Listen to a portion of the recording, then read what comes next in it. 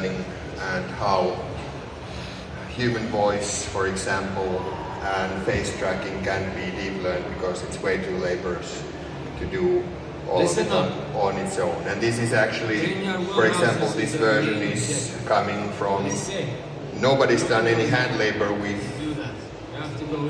have taught the deep learning to listen to the voice and produce the lip movement and also the facial gestures from the deep learning system.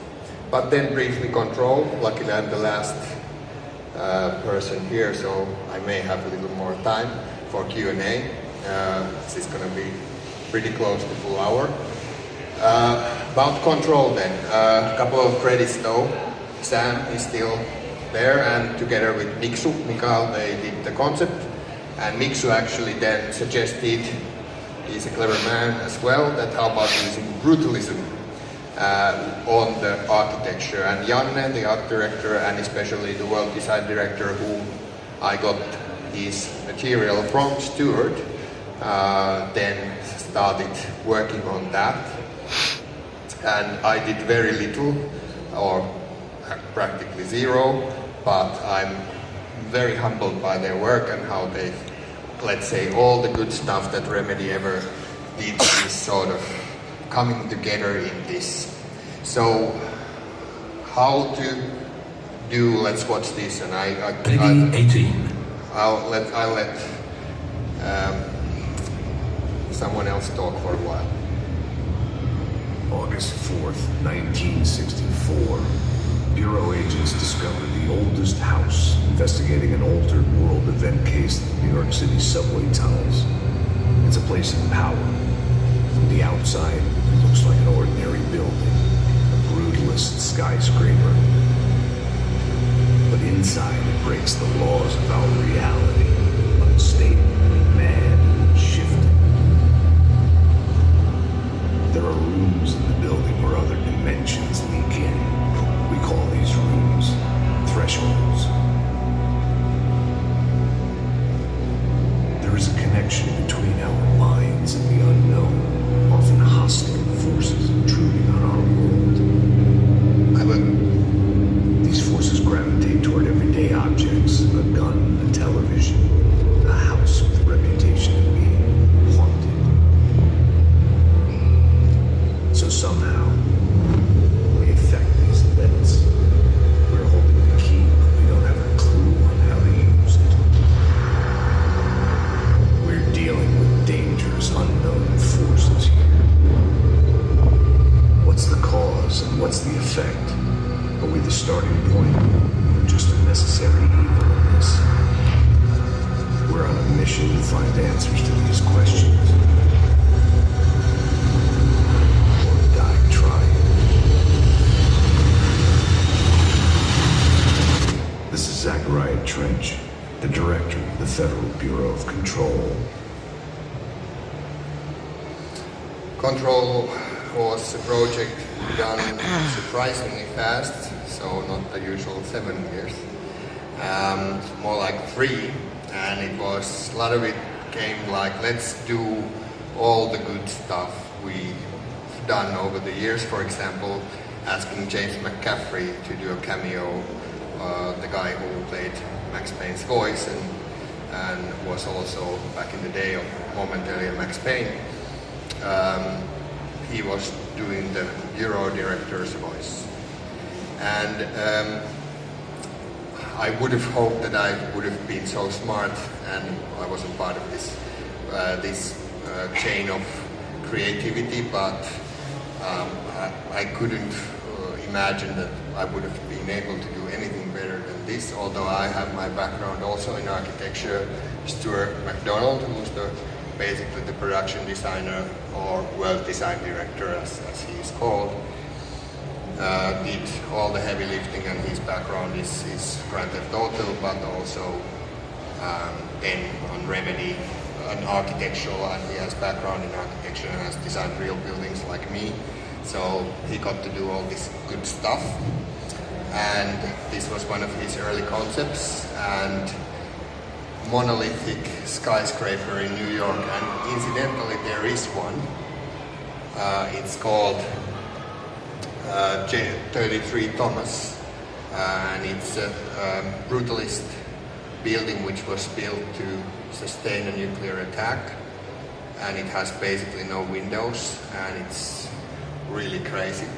And it's a sort of a telephone exchange center, so it has to work at any situation, and it's been sometimes seen elsewhere in pop culture as a kind of a, for example, Mr. Robot, sinister data center. And again, very remedy approach. Let's be smart. Let's think about real world. This thing is new weird. So how every day can carry supernatural or paranatural elements, and the brutalism was so clever choice because here's, for example, Le Corbusier building, Unité et Habitation in Marseille. I've been there, and my home in Finland, by the way, is inspired by this, so I love this building. But it was in the 30s, 50s meant to be the democratic material of the everyman, and beton brut, the concrete, which is basically bare, is honest and genuine. Obviously later, and here of course, especially in the eastern, like I mean, let's say the communist Soviet Union may have taken it sometimes maybe too seriously, that led to a lot of concrete. So it doesn't always associate itself with pleasantness, but it can be beautiful. And here's other buildings like, for example, the J. Edgar Hoover building, or the Boston City Hall, which is a really awesome place. And then how it's been in pop culture often depicted as, for example, in Blade Runner or Clockwork Orange and Robocop, the OCP headquarters. So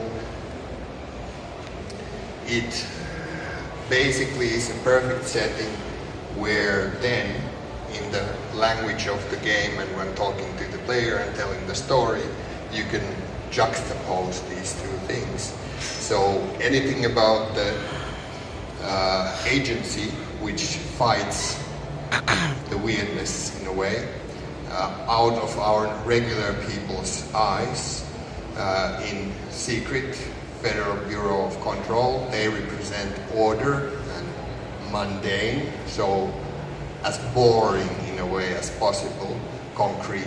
It's a bureaucratic and it's stable, and then it's opposed by the threat of the game, which is called the hiss. And these elements and colors are then very easily readable against this reference. And it's new weird, so it kind of lives and breathes, and you don't even know how old the building really is, or if it's a building at all. It just looks like a building. So once you're in, it's much bigger inside than outside. It's a gateway to different levels of being and reality. So again, this being grounded in the mundane then makes it more believable and readable. And there's a lot of stories there, like if you look closely there, it says, for example, here the survey team A was vanished or something like that. It was never to be found. So the building shifts and you may get lost to this world, and it's dangerous, but it's more like an ocean that it doesn't care. It maybe doesn't even know if people are living in it or if there's anyone inside. And then how the mundane and the supernatural sort of mean that if the building keeps shifting and the water cooler guy comes and maybe it's shifted a little bit and you can't reach, but you work your day in the office. And in many ways this is again sort of bureaucratic idea.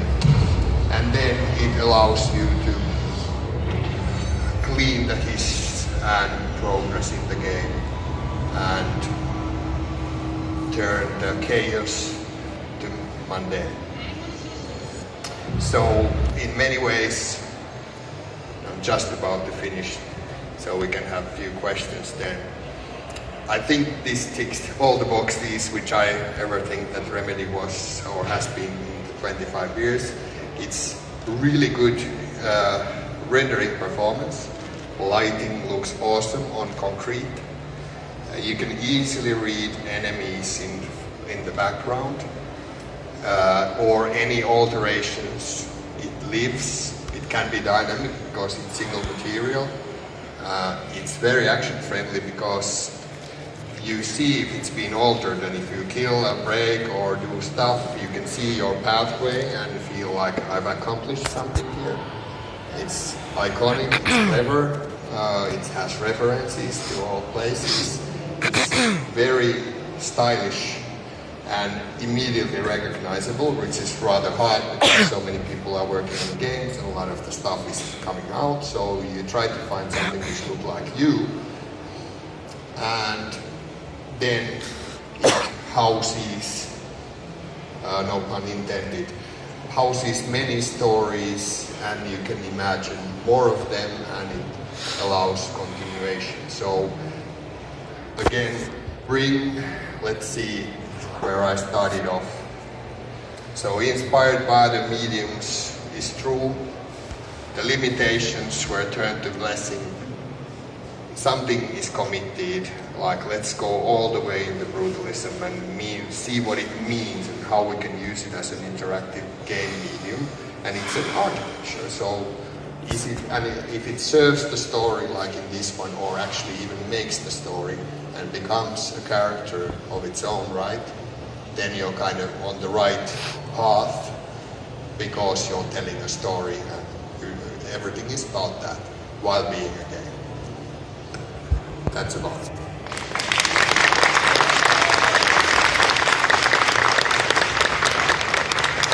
Thank you so much. 4 minutes. I did it in time. Yeah. I'm thinking everyone will agree that it was fantastic. And although I know we are out of time a little bit, but I'm sure you won't miss a chance to ask questions. Yeah, I'm seeing. Hello. Hello. My favorite character of all gaming is Max Payne. I just wanted to ask you how do you create the story? His story and the character, does it have a real prototype? And tell me more about it. It's just great. It's the most sad story ever. Yes. We were, I have to say, we were relatively young, considering it's maybe 26-year-old, for example, I was then, and we were roughly at the same age. And a lot of us had come from different games and thinking that this can be more. And wouldn't it be cool if we could tell a story which would make people cry? Yeah, because really. We didn't remember a game where you would cry. Yeah. I got cried. And, Yeah.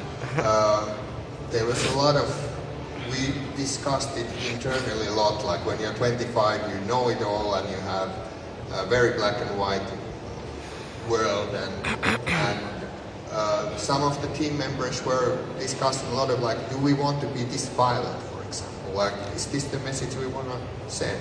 Because games could be used for something completely different as well, like educating or whatever. So, but if you want to be something, try to be good. I guess that's the point. And if you can reach your audience, and that's for me as a director or cinematic director or creative director, I'm always humbled by, and that's something which I am thrilled by. So if I get to take people in and I get them engaged and they come from the other end slightly changed, and having shared that, and if I'm successful, or we are as Remedy, then there's nothing cooler than that. Yeah. So it's a combination of humbleness and ambition.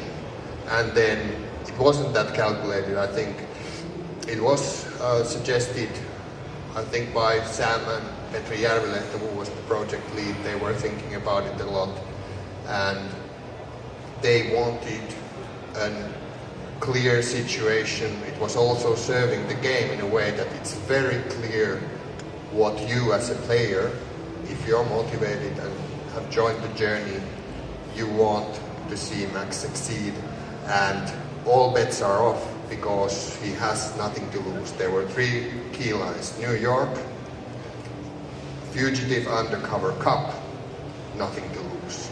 They were the taglines, and we wanted to make them true. Thank you. Thank you. Thank you very much for the question. Yeah. Okay. Hi. Thank you for arriving. And I'm trying to find the microphone. Where is it?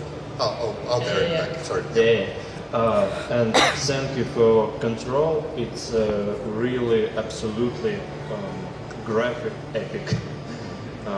But my question is about Alan Wake. There are many concepts of early sequel for Alan Wake, Alan Wake 2. One Yes. of them with beer, darkness beer. My question is it true? Is it true that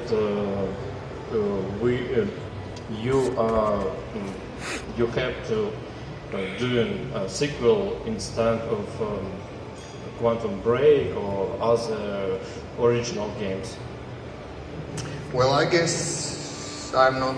I think it was mentioned somewhere. So, and I think Sam has been spoken about this. Like, unlike many game studios, Remedy is unique in a way that it's very story-driven. And whereas I don't think almost any other studio that I know writes this thick, like movie-like script, which uses the format. So that's the ground document where the inspiration and everything we do from all the other disciplines, we want to reflect it on kind of a movie script. So okay, this is sidestep, but I'm kind of trying to come to your question. So I believe Sam, when thinking about game concepts, and a couple of them I've been like collaborating with him, and early on we've been doing together, but not every time. But I do remember him saying also in public before that he kind of started thinking about a couple of times. For example, it was said out there that there was an episode in Alan Wake TV which started as game, and it was considered probably for a while that is this the avenue for Alan Wake 2, but then the story sort of, that the concept took over and it was more suitable for how things evolved to actually make it something completely different.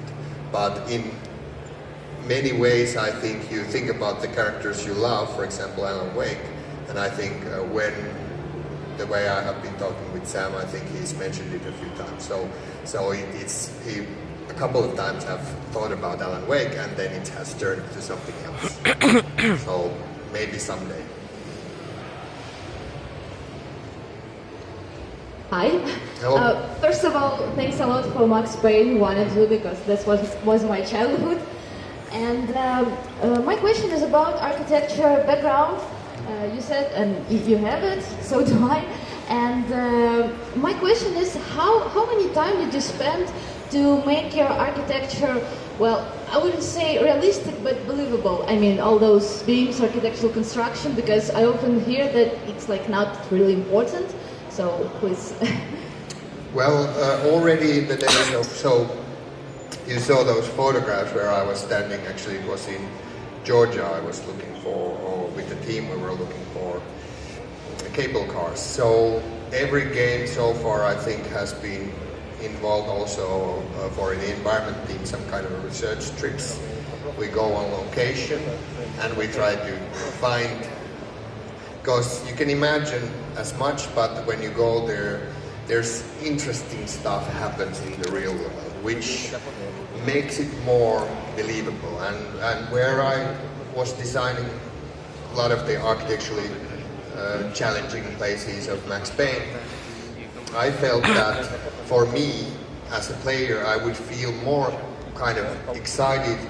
Let's say we want to explode this building. If I believe it's real and somebody constructed it and put so much money in it and how it explodes. If it's some random box and you explode it, then you're like, oh, okay, they exploded. Oh, but they actually blew up a building, these guys. Man, I'm being treated as a player. So a lot of the designs, which I think Control then also in a way reflects even more, let's say, mature way, but during Max Payne era, I drew the plots of the buildings, and I was thinking, here's the staircases, and that's the fire marshal rule, so I wouldn't put it here, and that's where the bathrooms are. We don't necessarily model the bathrooms, but that's what they will be. So people read the environment and feel genuine, and they don't, even if they don't know exactly, they feel that now I'm being in more real environment. And I got a postcard from a friend after Max Payne, an architect. I didn't know him so well, but he sent it from somewhere abroad, and he wrote that, congrats on the game. I love seeing a game where the lower roof detailing is correct. And all the piping and all these things, it was actually deliberately. Here's the HVAC room, so that's where it comes. And I don't know, it felt the right thing to do. And again, foundation, you need to ground it, and then you can make. Alan Wake is an example again, very realistic, real world, but then seen through the subjective eye of the main protagonist, which gives it an extra layer. Thanks. Okay. Hi. Hello. First of all, I want to thank you for amazing speech, for awesome games, for all these games, and for the poets of the call in these games. Nice. It was perfect for me. I don't know. It was amazing. And my question is, did you ever had crunch, and how did you manage this? Crunch. Yes. So I guess you're all game professionals. Crunching means really a lot of work before the release. Yes. The answer is yes, but not in the recent times. When I think during, we were kind of, crunching is something, there's different types. You hear these stories, let's say, wherever, and big company, and people are expected to crunch, and you're like this. It's never been, even in the old days, it never was that like a remedy, because we were kind of owners of the company ourselves. So we did it because we were passionate, and when you've committed and there's a moment when you say to all your affiliates that this is when the game's gonna go out, then the triangle where you have quality, time and money flips around. Time is limited, so you can only try to make more time by crunching, and money is not changing, but you want the top quality because you've already committed and you want the best game, and you're passionate about it, and you feel that if you don't push it all the way, you kind of betray all the work you've already invested, so you want to make it all the way.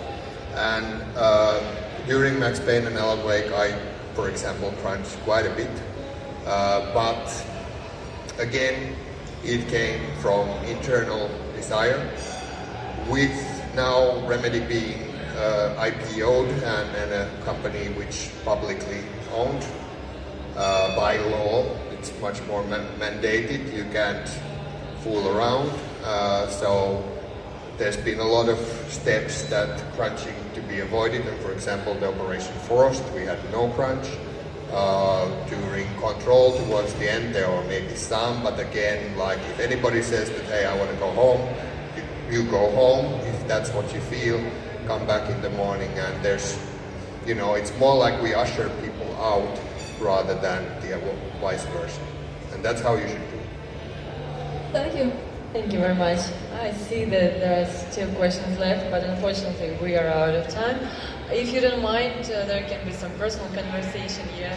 Yes. So thank you very much again. Let's applaud one more time.